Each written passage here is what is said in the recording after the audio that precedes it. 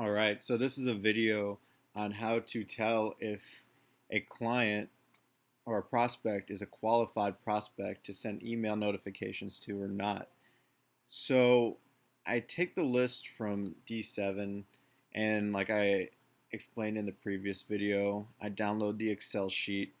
I put all the names here and then the ones that are qualified I put into a new list.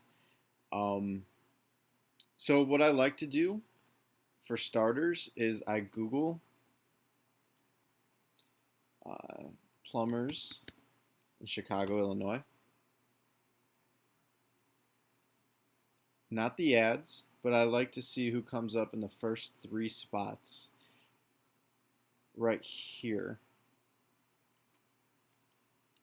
And not only do I take these three and I put them as the competitors 1, 2, and 3, which are the auto variables that will be filled in the email, but I also like to see their websites and see why they're ranking in the first spot. And you see, like, if you want to see what a good website looks like, somebody we probably wouldn't prospect, who's already ranking in the top search and has a beautiful website, this would be a great example. So we probably don't want to prospect clients that look like this. So this would be an example of a website we would prospect for, and I actually did add these guys to the sheet already.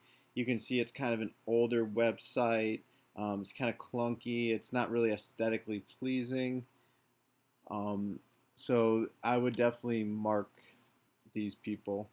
Um, here's a great example of somebody that maybe looks good, but we know we could raise their SEO value, and not to mention all the ads that we could run for them. In the email, we talk about how they're not taking advantage of running ads and how they're losing money that way. These people, we can always check that using Ahrefs. And I'll actually show you. If you go to paid search, this is somebody who's in the top spot, so they are running ads. But if it's a company like this, go to Site Explorer on Ahrefs. You'll actually see that they're not running paid search. But the thing is, we send that email anyway, because even if they are running paid search on Google or Facebook, they can just easily message us that. But we still add in the email why their competition is not ranking them. So hopefully they respond anyway. Anyway, so this is somebody who we could raise their SEO value. We could definitely build them a new website, and we can run ads for them.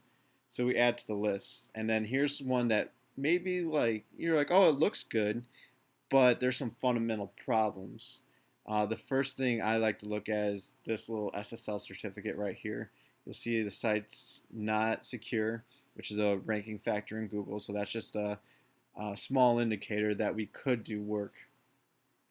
The next indicator is the Mozbar. Now, if you've never used Mozbar before, just type in Mozbar in Google, download it as a Chrome extension, and it's beautiful. So click that if it ever loads.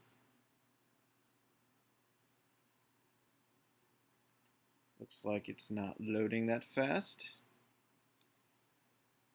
So you can have up to 70 characters, and it looks like it has 76 characters in the page title. So it's actually not bad, but it's nothing about plumbing in Chicago, residential remodeling, new construction, light commercial. So not the best title tag, because I'm sure not a lot of people are looking up new construction, light commercial in Google, and that's what this title tag does. It targets keywords. It has a meta description, which is good. Took 6.72 seconds to load, which is not good. You usually want the 1 to 4 second mark.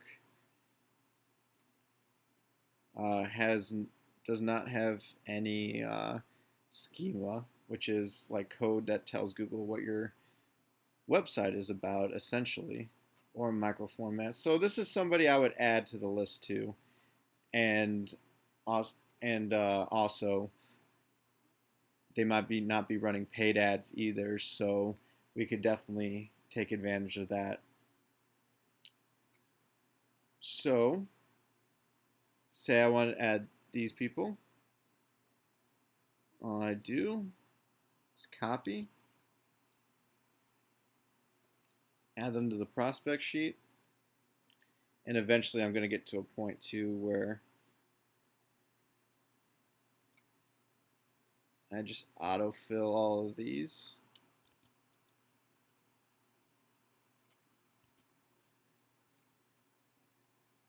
Just like this, all the same. And like I said in the previous video, all this is doing is auto-populating the email with the variables. So that's pretty much it. That's essentially all you need to know. And let's go find some clients, guys.